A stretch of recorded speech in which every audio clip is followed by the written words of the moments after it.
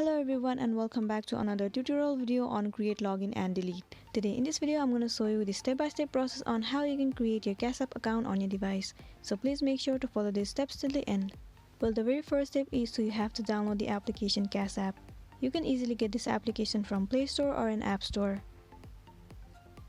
Once you have installed this application, click on Open. You will be landing on this page. Click on the setting icon at the bottom right corner. As you're looking forward on how to create a Cash App account, click on Create Account. Here, firstly, you have to enter one of your email address. You can enter your Google account. After entering your email address, you have to create one password for your Cash App account. The password you create should be matched with the requirements. After you are done, you need to re-enter your password here again. And then click on Create Account.